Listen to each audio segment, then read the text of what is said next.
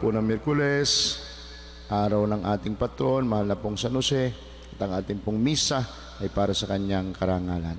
Sa ngalan ng Ama at ng Anak at ng Espiritu Santo. Amen. Ang pagpapala ng ating Panginoong Jesucristo, ang pag-ibig ng Diyos Ama, at ang pagkipagkaisa ng Espiritu Santo, naway sumainyong lahat. At sumainyo rin. Mga kapatid, aminin natin ang ating mga kasalanan, hingin ang awa at patawad ng Diyos upang tayo maging marapat gumanap sa banal na pagdiriwang.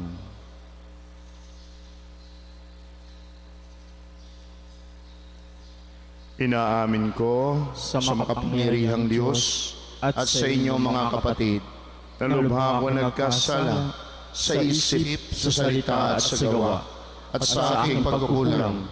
Kaya sinasamo ko sa mahal na Birheng Maria, sa lahat ng mga anghel na banal, at sa inyong mga kapatid, na ako'y panalangin sa Panginoong ating Diyos. Kaawaan tayo ng Diyos na makapangyarihan, patawarin tayo sa ating mga kasalanan, at patnubayan tayo sa buhay na walang hanggan. Amen. Amen.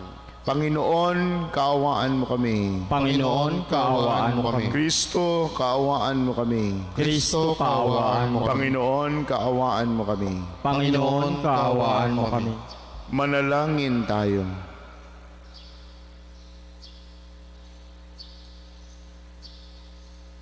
Ama naming makapangyarihan, minarapat mong ipasyang hirangin si San Jose upang maging kaisang dibdib ng banal na ina ng iyong anak. Sa aming pagpaparangal sa kanya bilang tagapagtangkilik dito sa lupang ibabaw, kami naway maging dapat na idalangin niya sa iyo sa kalangitan sa pamamagitan ng Jesucristo. Kasama ng Espiritu Santo, kayo po'y isang Diyos, magpasawalang hanggan. Amen.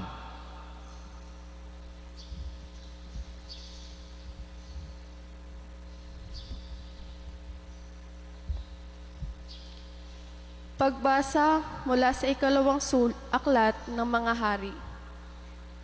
Dumating ang oras na si Elias ay kailangan ng kunin ng Panginoon.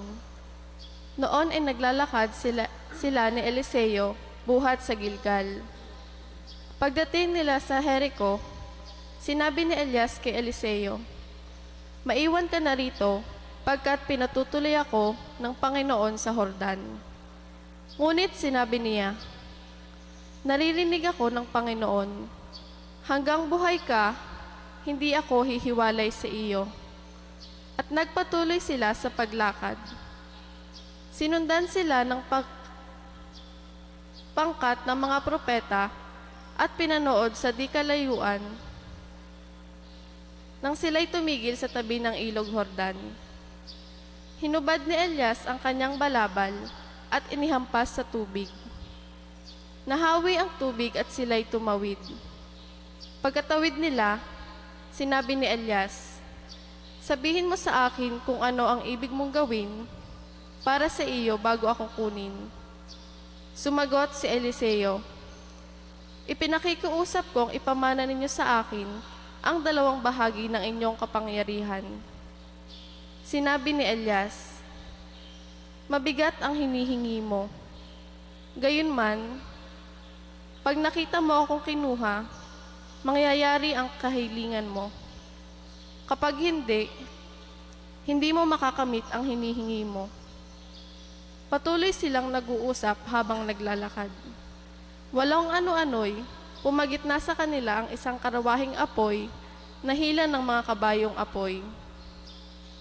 Nagkahiwalay sila at si Elias ay inakyat sa langit sa pamamagitan ng ipo-ipo. Ito'y kitang-kita ni Eliseo, kaya't napasigaw siya, Ama ko, lakas at pag-asa ng Israel." At nawala na sa paningin niya si Elias. Sa tindi ng kalungkutan, pinunit ni Eliseo ang kanyang damit mula itaas hanggang sa laylayan. Dinampot niya ang nalaglag na balabal ni Elias at nagbalik sa gilid ng ilog Jordan. Hinawakan niya sa isang dulo ang balabal at inihampas sa tubig sabay sabi, "Nasaan ang Panginoon, ang Diyos ni Elias. Nahawi ang tubig at sila'y tumawid. Ang salita ng Diyos. Salamat sa Salamat sa Diyos.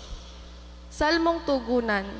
Magpakatatag ang tanang, may tiwala sa may kapal. Magpakatatag ang tanang, may tiwala, sa may kapal. Poon, ang pagpapala mo'y iyong ilaan sa mga anak mong may takot na taglay. Kagilagilalas, malasin ninuman, ang pagkalinga mo sa mga hinirang na nangagtiwala sa iyong pagmamahal. Magpakatatag ang tanan, may tiwala, sa may kapal. Iyong kinalinga at iningatan mo, laban sa adhika ng masamang tao. Sinala sa ligtas na dakong kublihan, upang di hamakin ng mga kaaway. Magpakatatag ang tanan, may tiwala, sa may kapal. Mahalin ang poon ng mga hinirang, ng lahat ng tapat na mga nilalang. Ang tapat sa kanya ay iniingatan, ngunit ang palaloy pinarurusahan. Magpakatatag ang tanan, may tiwala, sa may kapal.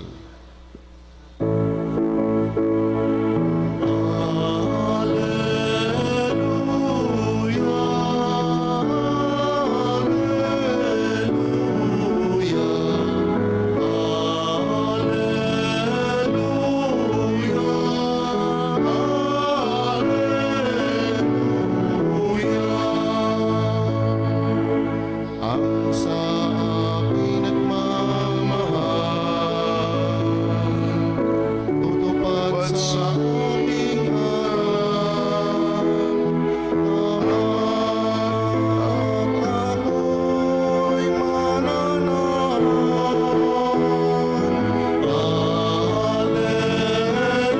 Alleluia,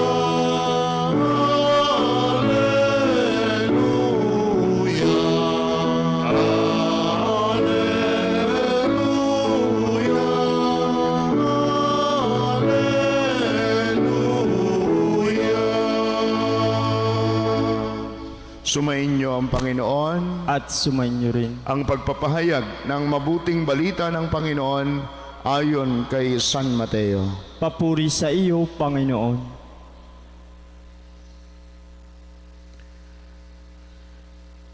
Noong panahong iyon, sinabi ni Jesus sa kanyang mga alagad, "Pag-ingatan ninyo na huwag maging pakitang tao lamang ang paggawa ninyo ng mabuti. Kapag ganyan ang ginawa ninyo, wala kayong matatamong gantimpala buhat sa inyong amang nasa langit. Kaya nga, kapag naglilimos ka, huwag mo nang ipagmakaingay ito, katulad ng ginagawa ng mga mapagpaimbabaw doon sa sinagoga at sa mga lansangan. Ginagawa nila ito upang purihin sila ng mga tao. Sinasabi ko sa inyo, tinanggap na nila ang kanilang gantimpala. Ngunit kung naglilimos ka, huwag mo nang ipaalam ito kahit sa iyong pinakamatalik na kaibigan upang malihim ang iyong paglilimos.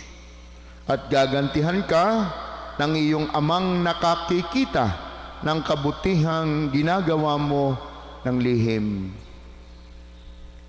At kapag nananalangin kayo, huwag kayong tumulad sa mga mapagpaimbabaw. Mahilig silang manalangin ng patayo sa mga sinagoga at sa mga panulukang daan upang makita ng mga tao. Sinasabi ko sa inyo, tinanggap na nila ang kanilang gantimpala. Ngunit kapag mananalangin ka, pumasok ka sa iyong silid at isara mo ang pinto. Saka ka manalangin sa iyong amang hindi mo nakikita at gagantihan ka ng iyong amang nakakikita ng kabutihang ginagawa mo ng lihim. Kapag nag-aayuno kayo, huwag kayong magmukhang malungkot tulad ng mga mapagpaimbabaw. Hindi sila nag-aayos upang malaman ng mga tao na sila'y nag-aayuno. Sinasabi ko sa inyo, tinanggap na nila ang kanilang gantimpala. Kapag ikaw ay nag-aayuno, mag-ayos ka ng buhok at maghilamos upang huwag mapansin ng mga tao na nag-aayuno ka. Ang iyong amang hindi mo nakikita, ang siya lamang makaalam nito. Siya na nakakakita ng kabutihang ginagawa mo ng lihim, ang gaganti sa iyo.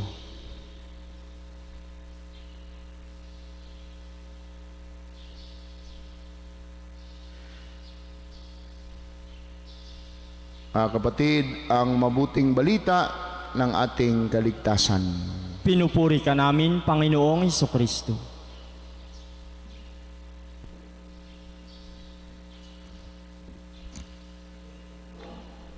Kung matatandaan po natin ang ating mabuting balita sa araw na ito, Miyerkules, sa ika-11 linggo sa karaniwang panahon, ito po ang laging binabasa tuwing Miyerkules ng Abo. At bagamat tayo nasa karaniwang panahon dahil sa siklo ng ating mga pagbasa sa arrangement natin mga pagbasa, so parang natapat din sa araw ng Miyerkules. Ito po yung tungkol sa paglilimos o pagkakawang gawa, pananalangin, pag-aayuno.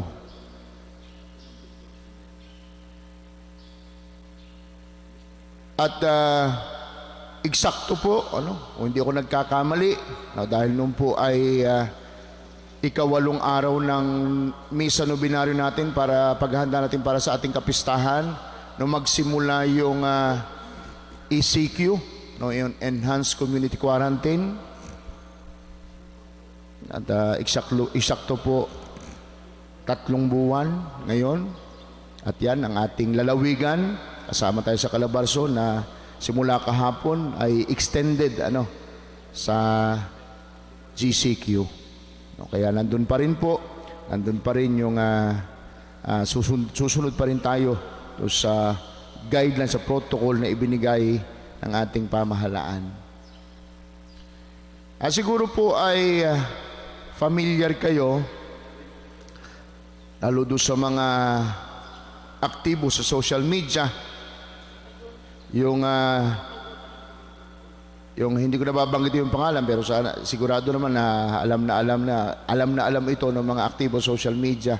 Yung isang tao na nagbigay ng challenge, yung mayaman challenge. Talagang nung unay sikat na sikat, pero hanggang ngayon sikat pa rin. Ito naman pong sa ating mabuting balita naman, pwede ko naman pong sabihin na ito naman yung tiyatag nating Catholic Challenge.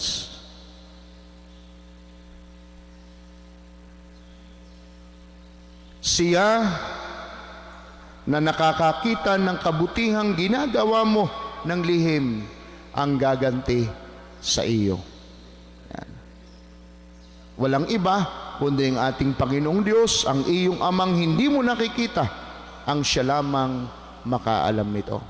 At bilang mga Katoliko po, sabi ko nga, ito'y binabasa lagi natin doon sa simula nung panahon ng Kwaresma, Miyerkules ng Abo.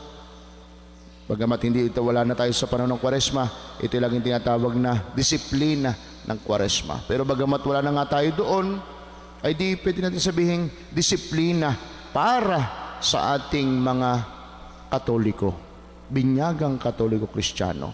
Una ay yung paglilimos o tinatawag na pagkakawang gawa. Ang pagkakawang gawa o ang kawang gawa ay anumang uri ng kabutihan na magagawa mo sa iyong kapwa.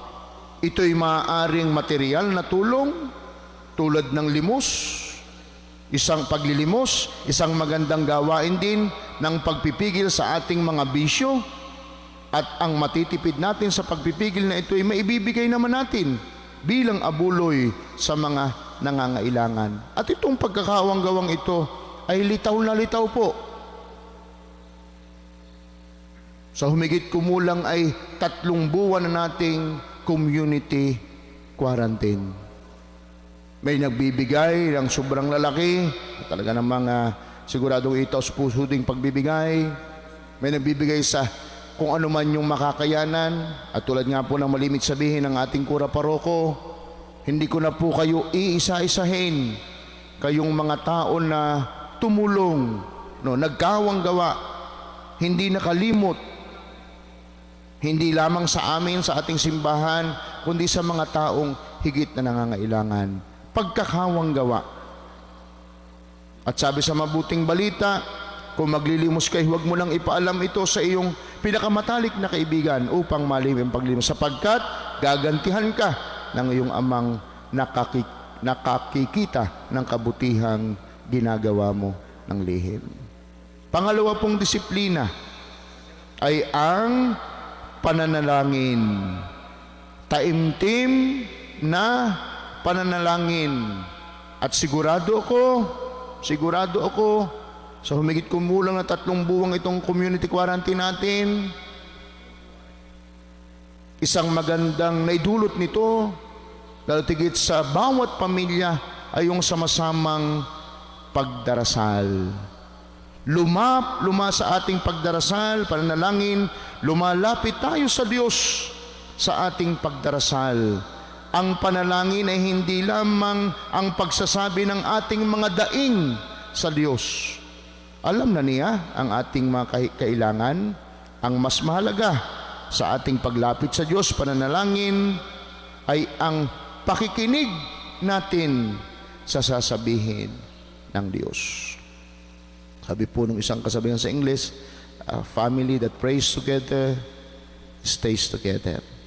At siguradong ako sa panahong ito ng ating community quarantine, hindi tayo nakalimot na lumapit sa Diyos.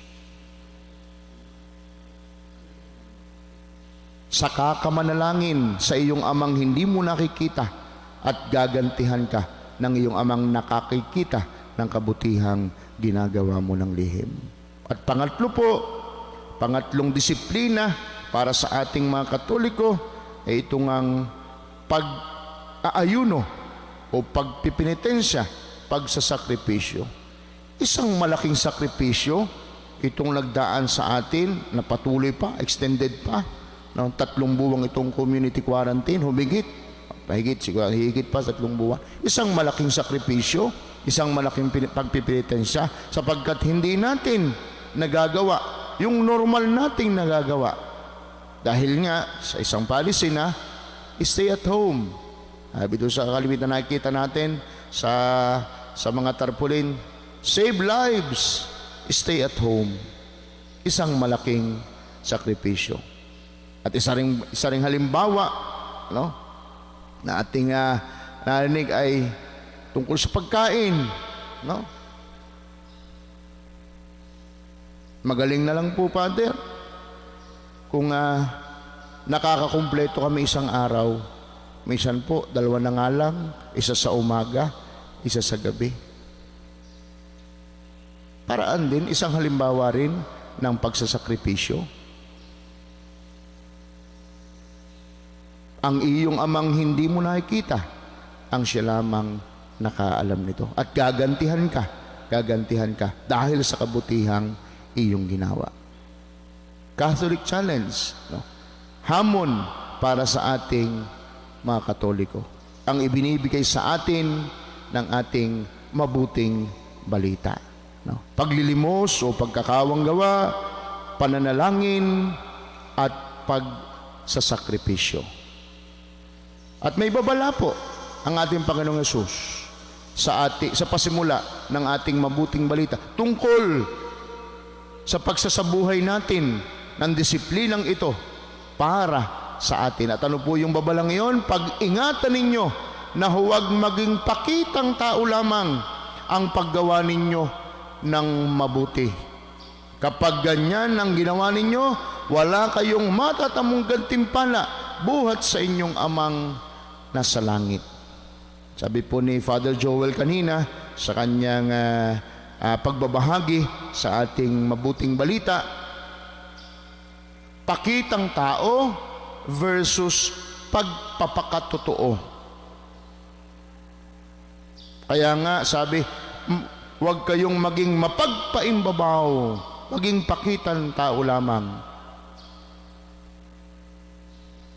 Bagamat wala po ito sa ating sabi natin vocabulary o sa dictionary, pwedeng sabihin ko na pakitang tao versus pakitang Diyos.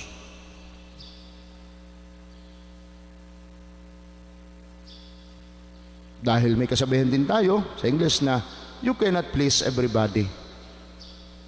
Dahil sa ating kabataw, lagi nandun yung tamang duda.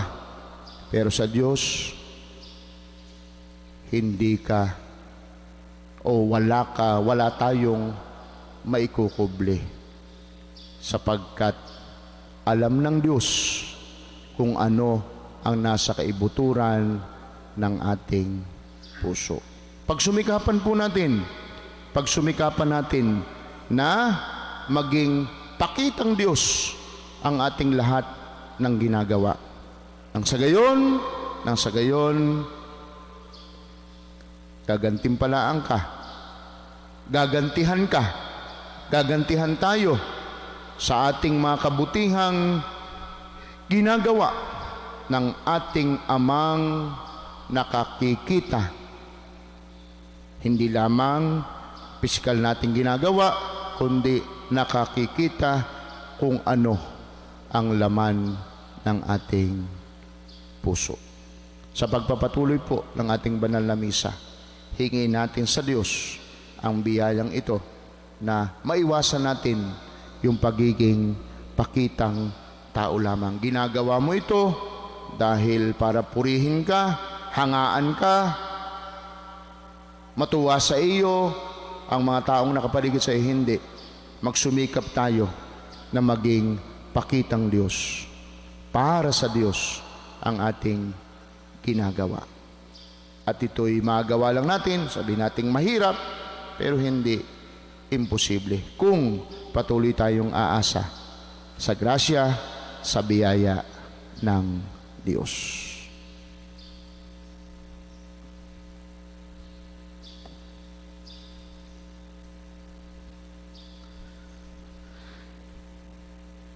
Manalangin tayo sa Diyos ng katotohanan at pag-ibig para sa mga biyaya ng katotohanan at katapatan sa simbahan at sa daigdigan. Sa bawat sakop natin sabihin, panatilihin mo kaming malinis sa iyong paningin, O Panginoon. Panatilihin mo kaming malinis sa iyong paningin, O Panginoon.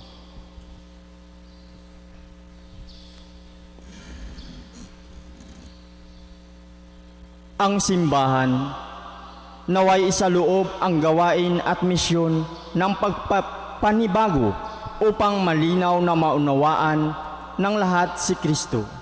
Manalangin tayo sa Panginoon. Panatilihin mo kaming malinis sa iyong paningin, O Panginoon. Ang mga pari at mga reliyoso, naway maging mga masigasig na tagapagpahayag ng Ebanghelyo sa pamamagitan ng pagsaksi sa kanilang sariling buhay. Manalangin tayo sa Panginoon. Panatilihin mo kaming malinis sa iyong paningin, O Panginoon.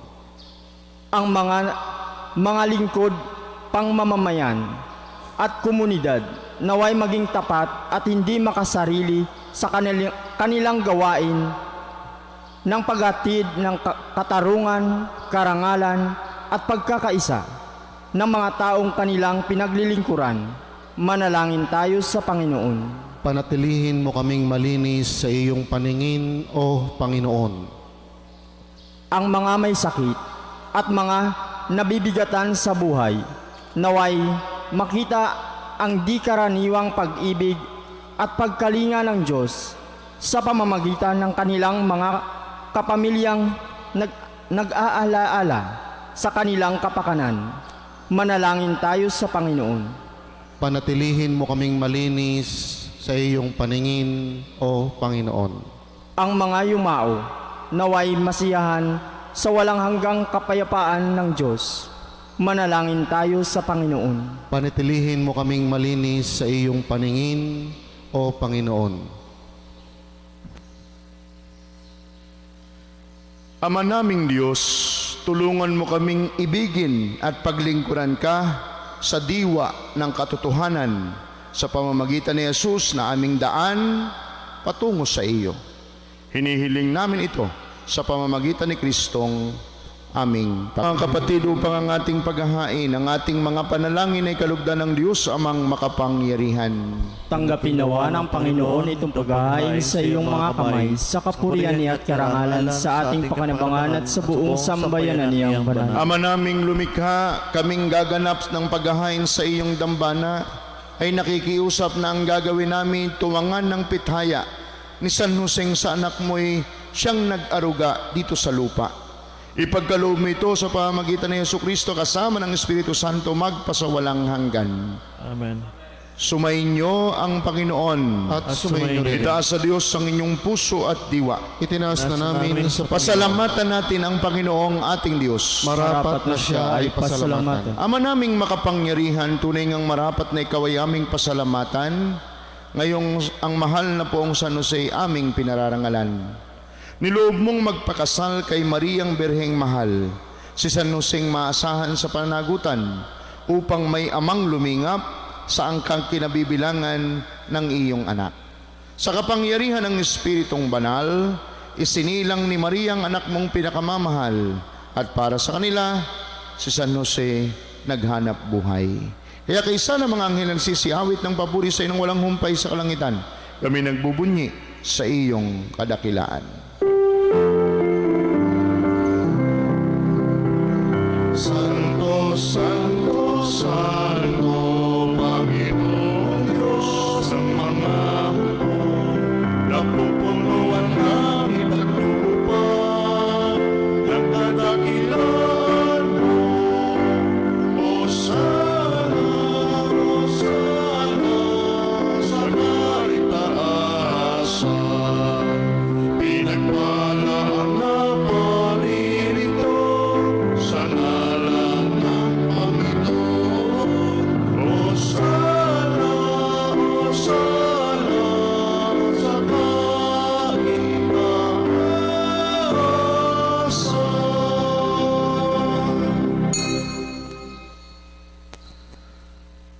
Ama naming banal, ikaw ang bukal ng tanang kabanalan.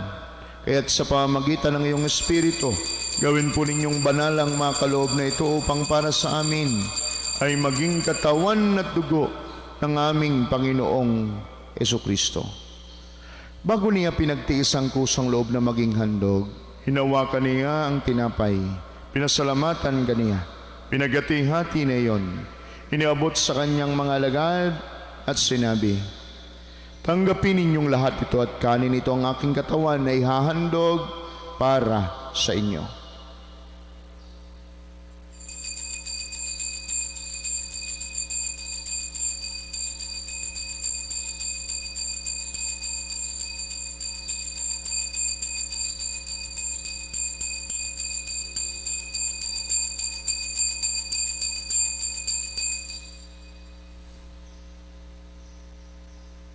Gayun din naman nung matapos ang hapunan, hinawakan niyang kalis, muli kaniyang pinasalamatan.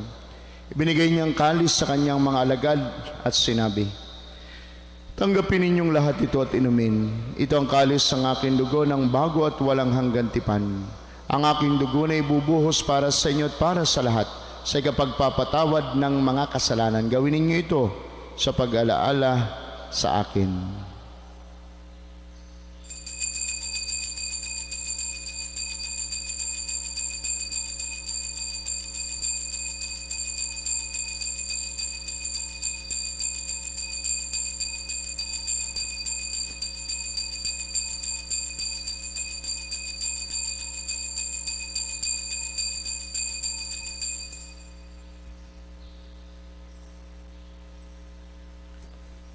Ipagbunyi natin ang misteryo ng pananampalataya.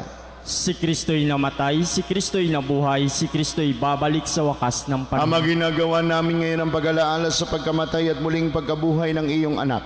Kaya tiniaalay namin sa iyo ang tinapay na nagbibigay buhay at ang kalis na nagkakaloob ng kaligtasan. Kami nagpapasalamat dahil kami iyong minarapat at tumayo sa harap mo para maglingkod sa iyo.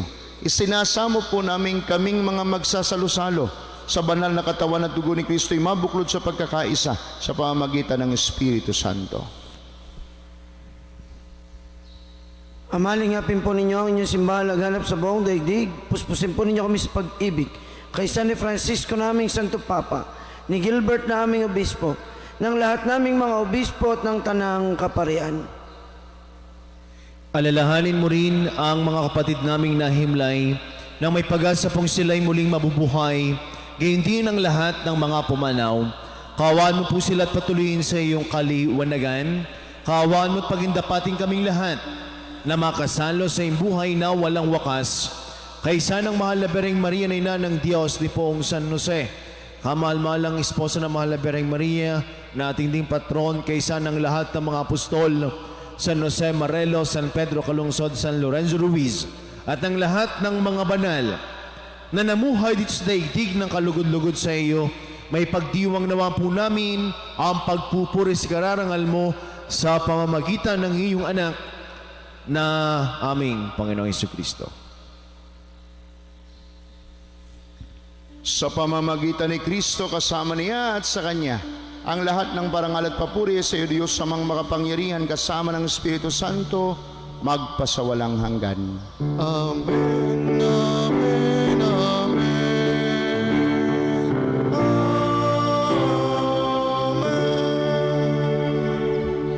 Sa tagubili ng mga nakaagaling na utos sa turo ni Jesus sa Panginoon natin na Diyos, ipahayag po natin ngayon ang lakas loob. Ama namin, sumasalangit ka, sambahin ang ngalan mo, mapasa amin ang kaharian mo, sundin ang loob mo dito sa lupa para nang sa langit. Bigyan mo kami ngayon ng aming kakanin sa araw-araw. At patawarin mo kami sa aming mga sala para ng pagpapatawad namin sa nagkakasala sa amin. At huwag mo kaming ipahintulot sa tukso, at iadya mo kami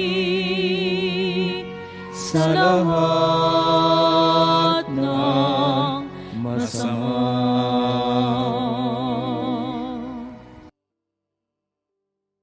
Hiling po namin kami iadya sa lahat ng masama. Pagkalooban ng kapayapaan, araw-araw iligtas sa kasalanan at ilayo sa lahat ng kapahamakan, karamdaman at anumang uri ng ligalig sa buhay. Samantalang aming pinananabikan ng dakilang araw ng pagpapahayag ng tagapagligtas naming si Jesucristo. Sapagkat iyo ang kaharian, ang kapangyarihan, ang kapurihan, magpakailanman. Amen. Panginoong Jesucristo, sinabi mo sa iyong mga apostol, kapayapaan ang iniiwan ko sa inyo, ang aking kapayapaan ang ibinibigay ko sa inyo. Tunghayan po ninyo ang aming pananampalataya at huwag po naman ang napakarami naming mga pagkakasala. Pagkalooban po ninyo kami ng kapayapaan at pagkakaisa ayon sa iyong kalooban kasama ng Espiritu Santo, magpasawalang hanggan. Amen. Ang kapayapaan ng Panginoon naway laging sumainyo. At sumainyo rin. Magbigay at manghangad po tayo ngayon ng kapayapaan sa isa't isa. Kordero ng Diyos na nag-aalis ng mga kasalanan ng sanlibutan, maawa ka sa amin. Kordero ng Diyos na nag-aalis ng mga kasalanan ng sanlibutan, maawa ka sa amin. Kordero ng Diyos na nag-aalis ng mga kasalanan ng sanlibutan, ipagkaloob mo sa amin ang kapayapaan.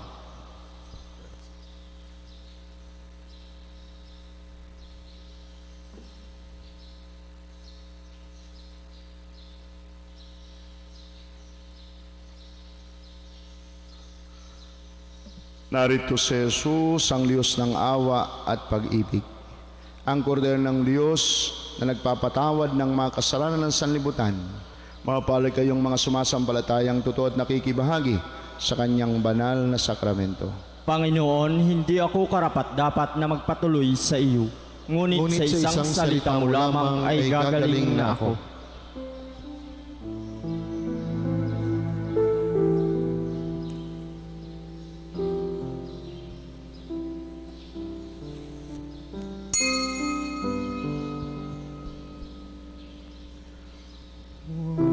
Once I have seen a child in a manger, sleeping in peace, embraced by a mother, and there stood a man of great patience, watching still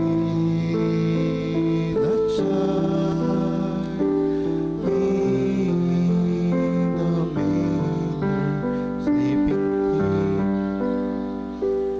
Oh, Saint Joseph, humble and mild, you gave yourself to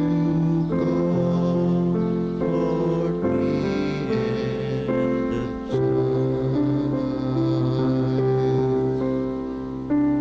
Angels from high, singing their praises,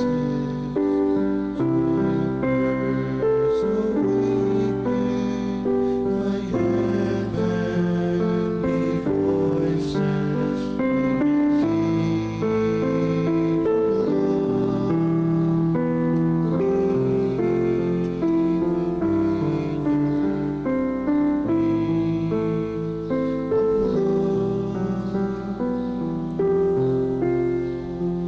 Panginoong Isus, ako ay naniniwala na ikaw ay nasa kabanal-banalang sakramento. Iniibig kita ng higit sa lahat at ninanasa kong tanggapin ka sa aking kaluluwa, sapagkat sa mga sandaling ito'y hindi kita matatanggap sa sakramento. Tumuloy ka sa Espiritu sa aking puso. Niyayakap kita na para bagang naririto ka na, at inaalay ko ng buong buo ang aking sarili sa iyo. Huwag mong hayaang mawalay ako sa iyo. Amen.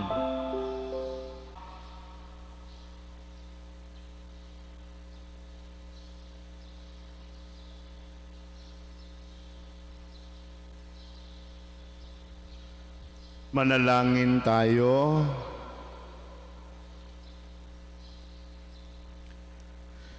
Ama naming mapagmahal, kaming nagsitanggap ng banal na paikinabang ay makapamuhay nawang lagi sa iyong kalooban at kabanalan.